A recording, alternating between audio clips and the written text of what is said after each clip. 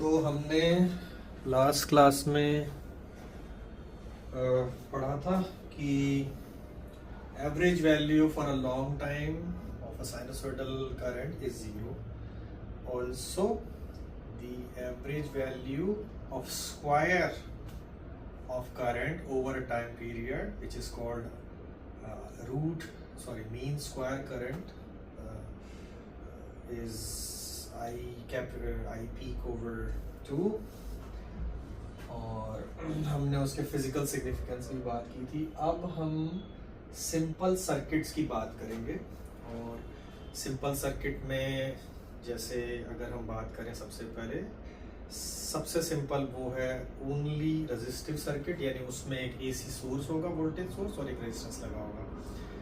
फिर हम only capacitive, यानी जिसमें एक कैपेसिटर और सिर्फ एक एसी सोर्स लगा होगा, और ओनली इंडक्टर, यानी जिसमें सिर्फ एक इंडक्टर और एक एसी सोर्स लगा होगा. इनको करेंगे और बाद में हम इन तीनों के सीरीज सर्किट का अध्ययन करेंगे.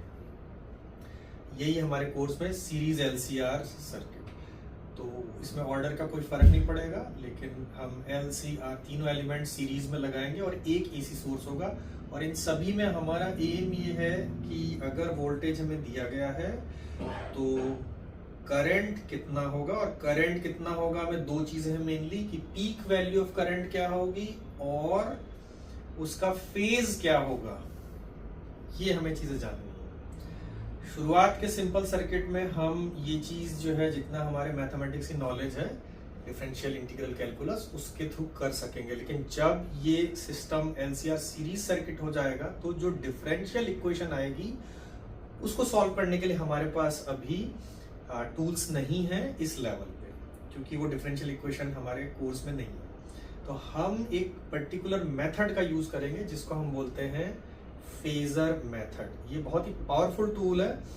फेजर मेथड में बेसिकली हम जो इंस्टेंटेनियस वैल्यूज हैं उनको रिप्रेजेंट करेंगे projection of vectors onto either Y और एक्स एक्सिस. और वो जो वेक्टर है वो क्या है? वो वेक्टर है that is representing peak value of the voltage और करंट. तो जो पीक वैल्यूज हैं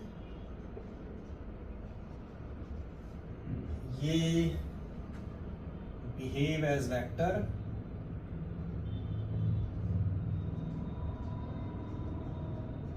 and we would represent them as rotating vectors. और ये रोटेट करेंगे एंटी क्लॉक वाइज. और जो इंस्टेंटेनियस वैल्यूज है, इंस्टेंटेनियस वैल्यूज ऑफ दो ही चीजें हैं बेसिकली हमारे पास, वोल्टेज और current. They are the projections of peak values, जो कि वेक्टर हैं रोटेट करते हुए on to y एक्सिस. और आपके ऊपर है, थोड़े दिनों में आप समझ जाओगे कि और x एक्सिस. तो फेजर जो है in rotating vectors, these rotating vectors in the context of AC are called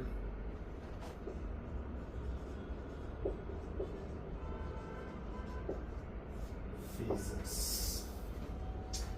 तो बेसिकली हम कोई भी क्वांटिटी जो है उसको, कोई से मतलब करंट और वोल्टेज, उसको हम रोटेटिंग वेक्टर की तरह रिप्रेजेंट करेंगे. जो वेक्टर रोटेट हो रहा होगा उस वेक्टर का मैग्नीट्यूड जो है वो पीक वैल्यू के बराबर होगा, और उसका प्रोजेक्शन जो है वो एक्स या वाई एक्सिस पे हम वाई लेंगे. वो instantaneous value of that particular quantity के होगा। तो अब हम इस बात को ध्यान में रख के स्टार्ट करते हैं। ये आप लोगों ने लिख लिया होगा,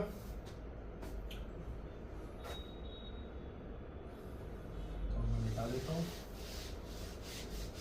अच्छा, एक छोटी सी चीज और कि जो AC से रिलेटेड क्वांटिटीज हैं, वोल्टेज और current, they are measured and mentioned with their RMS values। तो अगर AC वोल्ट मीटर है तो वो जो रीड करेगा वो RMS वैल्यू होगी, पीक वैल्यू नहीं होगी, ठीक है। सिमिलरली जो AC मीटर है वो जो करंट रीड करेगा that will be RMS current and not the peak current. ये इंपॉर्टेंट बात है। तो जब भी AC के कॉन्टेक्स्ट में कुछ नहीं बोला जाए, इसका मतलब है कि वो RMS वैल्यू। फॉर एग्जांपल हमारे घरों में जैसे जो पावर आती है इलेक्ट्रिसिटी, इसमें लिखा रहता है 220 वोल्ट्स। अब इसमें कुछ आगे नहीं लिखा है, इसका मतलब ये RMS वैल्यू है। पीक वैल्यू जो है वो आप कैलकुलेट कर सकते हो, 220 इंटू √2 यानी अराउंड 311 टाइप्स वोल्ट आ जाएगी। सिमिलरली करंट 5 एम्पियर मेंशन्ड है, तो आगे कुछ नहीं बोला है, इसलिए हम मानेंगे इट इज RMS वैल्यू। अब जो भी हमने अभी तक सीखा उसको यूज करके हम simple AC circuit,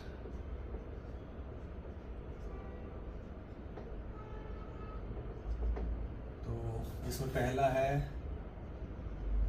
register only. तो हमारे पास क्या है, हमारे पास एक रजिस्टर है और एक AC वोल्टेज सोर्स है। ये जो AC वोल्टेज सोर्स है V = V sin ω t है, और मान लेते हैं किसी इंस्टेंट पे करंट ऐसे जा रहा है और बढ़ रहा है, और ये एक रेजिस्टेंस है। तो जो कुछ किरचॉफ के लॉ हम जानते हैं वो यहाँ लगेंगे, हम वो लगाएंगे। तो मैं यहाँ पे 3-4 चीजें इनके लिए करूंगा, जो हमारे लिए प्रोटोटाइप होगा। वही 3-4 चीजें फिर मैं हर सर्किट इंक्लूडिंग NCR के लिए डिटेल में करूंगा। तो हम किरचॉफ लॉ लगाने के लिए कोई पॉइंट एक मान लेते हैं, ये A, मैं यहाँ से चलता हूँ इस इंस्टेंट पे और घूम के वापस आ जाता हूँ। तो ऐसे जा रहे हैं और फिर ऐसे आ रहे हैं। जब ऐसे जा रहे हैं तो ये EMF है इसका, तो मैंने ऐसा माना है कि ये वोल्टेज बढ़ रहा है, इसका मतलब यहाँ से यहाँ जाने पे ये क्वांटिटी आ रही है। तो यहाँ का वोल्टेज अगर मैं A मानता हूँ तो V@A plus V sin ω t, मैं किरचॉफ लॉ लगा रहा हूँ, तो मैं इस वोल्टेज सोर्स से गुजरा हूँ। जब मैं इस वोल्टेज सोर्स से गुजरा हूँ तो इतना EMF बढ़ गया। फिर मैं रजिस्टर से गुजरा हूँ, तो करंट की डायरेक्शन में हम रजिस्टर से पास हो रहे हैं, तो इसमें पोटेंशियल का फॉल होगा, तो माइनस का उस समय जो भी करंट है I, तो I × R, और इक्वल्स टू आप फिर से वहीं पहुंच गए, यहाँ ये हो गया, ये हमेशा कटेगा ही, और इससे हमारे पास I = आ गया V/R sin। ये जो चीज है इसको मैं बोल सकता हूं peak value of the current. I = I sin ω t, जहां I जो है वो हो जाएगा V/R। अब ये जो सोल्यूशन है इसकी कुछ विशेषताएं हैं, इससे हम थोड़ा सा सीखने की कोशिश करते हैं कि what is the relation between the voltage and the current. पहली चीज, जो पीक वैल्यू है, peak value of the current, it is independent of the frequency. Frequency कम करो बढ़ाओ, पीक वैल्यू चेंज नहीं हो रही है। ये मैं इसलिए अभी जोर दे रहा हूँ बिकॉज आगे जो हम एलिमेंट्स पढ़ेंगे, इंडक्टर, कैपेसिटर, उसमें peak values you would see that they depend on the angular frequency. पहली चीज। दूसरी चीज कि जो करंट का फेज है वही वोल्टेज का फेज है, यानी जब वोल्टेज पीक पे है उसी समय करंट पीक पे है, जब वोल्टेज जीरो है करंट जीरो है, जब वोल्टेज दूसरी साइड में पीक पे है करंट अपनी डायरेक्शन चेंज करके दूसरी साइड में पीक पे आ जाएगा। तो हम इसको अल्टरनेटिंग करंट की लैंग्वेज में बोलेंगे कि current and voltage are in phase, they are in the same phase. कुछ ग्राफ बना लेते हैं और फेजर बनाएंगे। तो ग्राफ, पहले तो वोल्टेज और टाइम। तो वोल्टेज साइन का ग्राफ है ये इस तरह का ग्राफ हो गया, और भी आगे ले जा सकते हो, ये आप भी बना सकते हो, दैट इज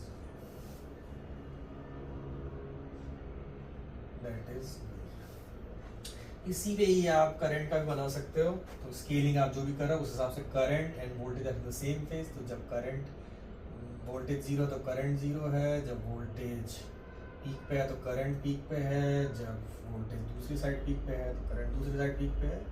इसको आप कह सकते हो कि ये जो है वो है आई, और यहाँ पे अब आप ये कह सकते हो कि ये दोनों का ग्राफ है। और आप देख सकते हो जब वोल्टेज पीक पे करंट पीक पे, जब वोल्टेज जीरो करंट जीरो, जब वोल्टेज दूसरे साइड पीक पे करंट दूसरी साइड, ये डायरेक्शन चेंज हो चुकी है।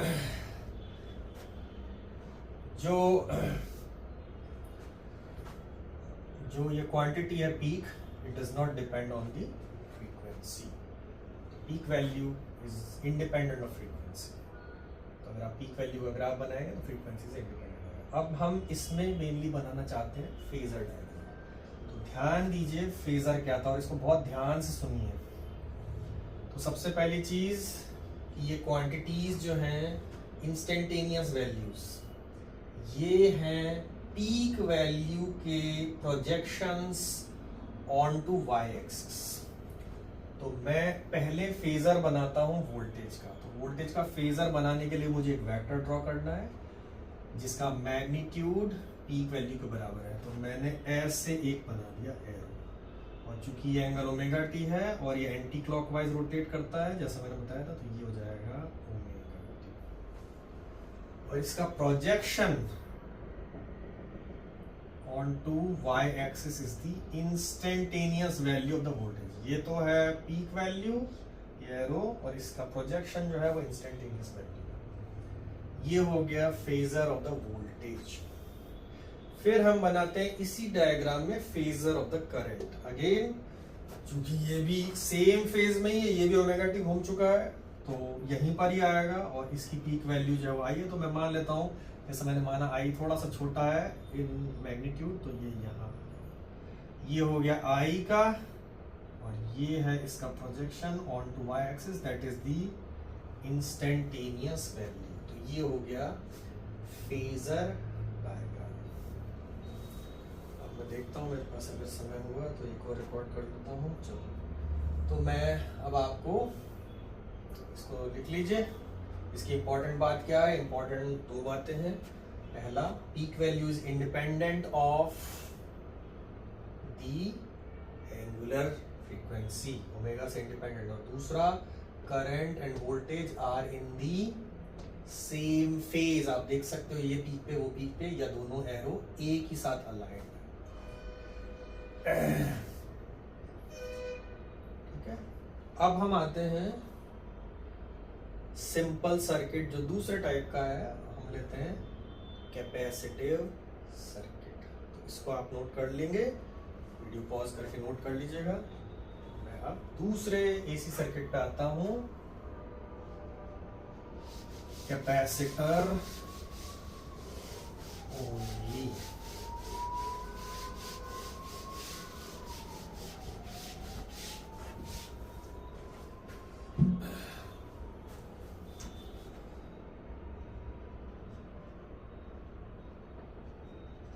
Capacitor only. तो जैसा आप लोग जानते हैं पिछले चैप्टर से, कैपेसिटर्स को ऐसे डिनोट किया जाता है। ये है हमारा सिंपल एसी सर्किट जहाँ वोल्टेज सोर्स ऐसा है और किसी इंस्टेंट पे करंट ऐसे जा रहा है और बढ़ रहा है। तो इसका मतलब यहाँ पे पॉजिटिव और यहाँ मैं नेगेटिव मान रहा हूँ, और ये चार्ज किसी इंस्टेंट पे है Q। अगेन किरचॉफ लॉ, मैं यहाँ से चलता हूँ और इस इंस्टेंट पे घूम के वापस ऐसे आता हूँ।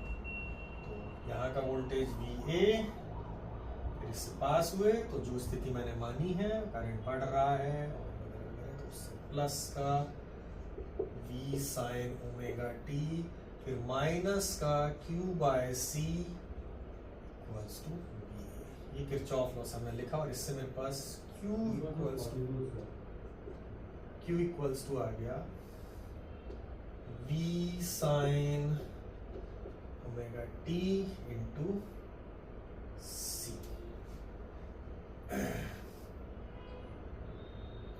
अब मैं अगर करंट जानना चाहूं तो हम जानते हैं करंट जो है वो हो जाएगा the rate at which capacitor is being charge. Current के लिए मैं इसको डिफरेंशिएट कर देता हूं तो वो हो जाएगा CV इंटू ओमेगा कॉस।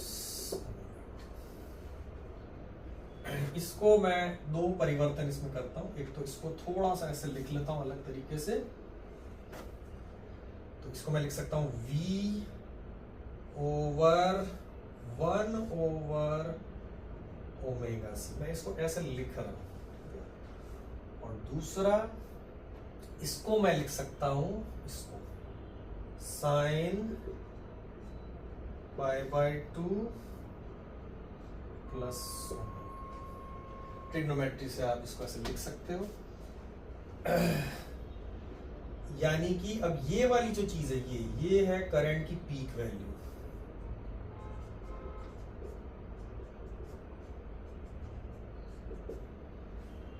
और करंट की पीक वैल्यू जो है वो इस तरह से लिखी जा सकती है I equals to V over XC।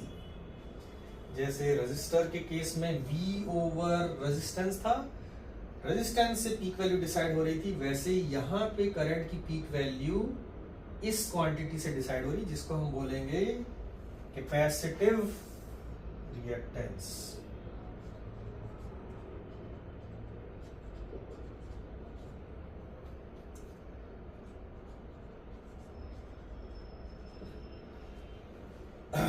और ये जो चीज है ये फ्रीक्वेंसी पे डिपेंडेंट है, ये इंपॉर्टेंट बात है। तो दो डिफरेंस अब आ गए हैं जो प्योरली रेजिस्टिव था उसके कंपैरिजन में। पहली चीज, peak value of the current is not independent of the frequency, क्योंकि इसमें XC आ रहा है और XC 1 ओवर ओमेगा C, तो ये पीक वैल्यू है, इसमें ओमेगा आ रहा है। तो जितना ज्यादा ओमेगा होगा उतनी ही peak value of the current ज्यादा होगी।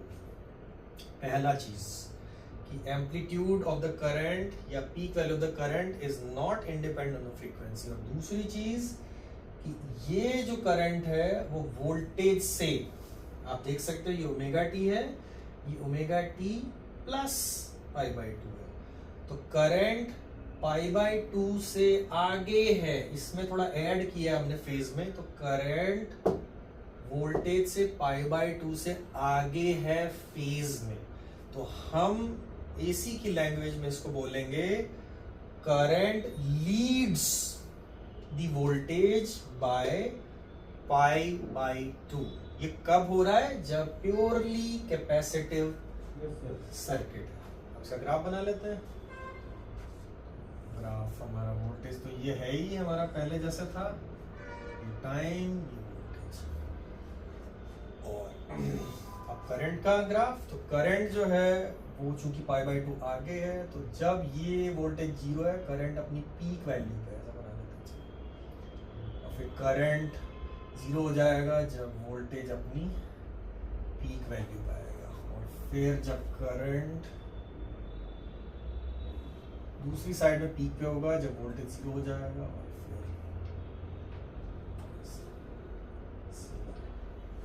तो ये जो चीज है ये तो है V, और ये जो चीज है ये है I, करंट का ग्राफ। इसका फेजर, इसका फेजर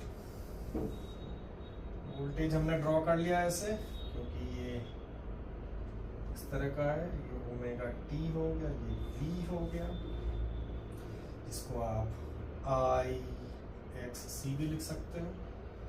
और अब आपको देखना है करंट क्या है, तो करंट इससे पाई बाय 2 आगे, तो इसका फेजर जो है यहां से पाई बाय 2 एंगल आगे बनेगा, ये है करंट का फेजर।